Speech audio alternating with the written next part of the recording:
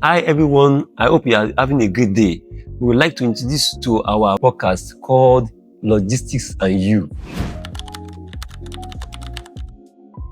In this series, we are looking at supply chain resilience in uncertain times. Many of us must have heard about the word VUCA. VUCA means volatility, uncertainty, complexity, and ambiguity. This seems like a big English, but we will break it down in this series. If you look at the word VUCA, you see uncertainty, and that we are looking at specifically the supply chain resilience in that uncertainty. And as we go on, we look at the ambiguity, the complexity, and the volatility in supply chain. But in this particular episode, we are looking at supply chain resilience in uncertain times. I went to a store one day to buy not a fanciful sliced bread, and I was wondering whether they've not stocked up or maybe they have a kind of challenge, because the place was empty. And I went back the second day, I could not find the same bread in the same place. And I was wondering what was happening. But later, I realized that something bigger than just having a vacant rack was happening. The something that happened was 3 major events that happened in the last 5 years. Number one of them was COVID-19, where most of the factories across the world were shut down, seaports were shut down, airlines were grounded. This significantly affected supply chain. The second event was in the year 2020, March 2021, with Suez Canal, where over 350 vessels were stuck and billions of dollars were lost. And these were vessels carrying most household equipment that were required and many things that are required for production. This significantly impacted supply chain. And the third one that happened was the Ukraine-Russia war. Some people put it Russia war on Ukraine, and this affected the production of the wheat and distribution of the wheat across the world, and also the sunflower oil. Interestingly, a number of organizations were able to manage this period, and they stay ahead of the curve. One example that quickly comes to mind is IKEA. IKEA had changed their model of sourcing to sourcing from multiple countries, whereby they have excess stock, and in the slowdown and the lockdown interview, they are able to dig down into their inventory, and they were able to meet up with those slowdown in shipping, and they were not caught off guard. The other organization that were able to manage this disruption in supply chain was Nike.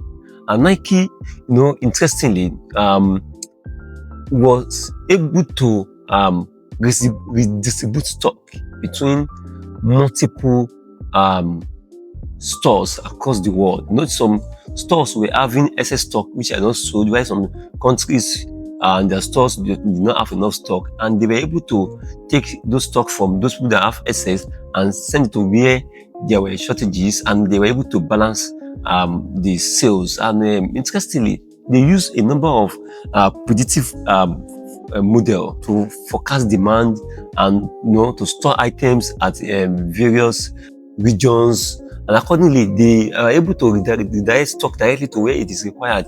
Indeed, by this, most of the stockpile of unsold stock were in one country were moved to one place that are required.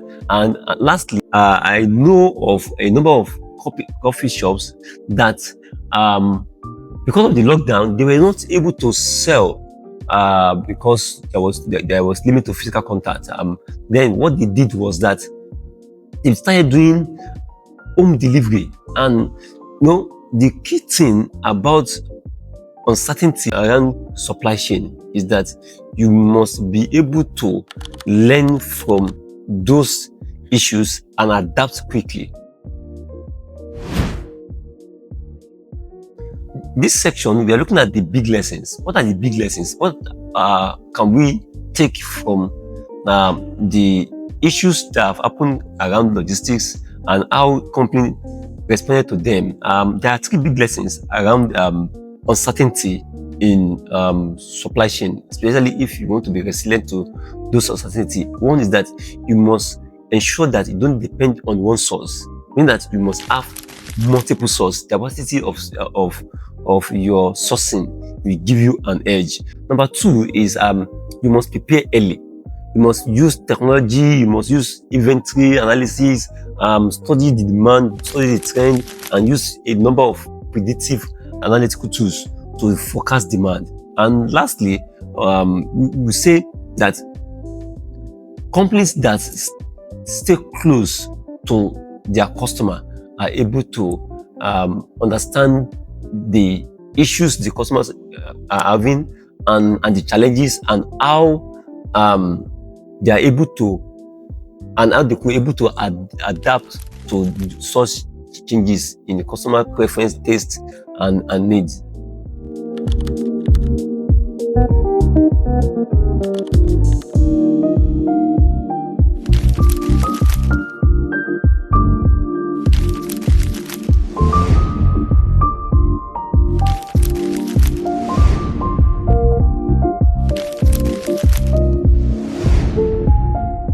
Whether you are a business or an individual, you don't produce everything you need.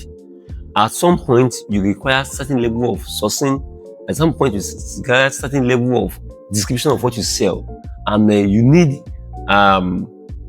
partners that can help you with all this complexity along the supply chain. The uncertainty are here to stay, and it is extremely important that you partner with organizations that understand this complexity and the uncertainties, and so that they can help you to manage those issues around logistics, procurement, freight forwarding, haulage, transport, and that's where BPLogistix becomes relevant to you. There is one thing all these have taught us: the uncertainties are here to stay. You just have to learn from them without breaking. I am Amusa, and this has been Logistics and You. Stay flexible, stay ready, and stay focused. I will catch you on the next episode.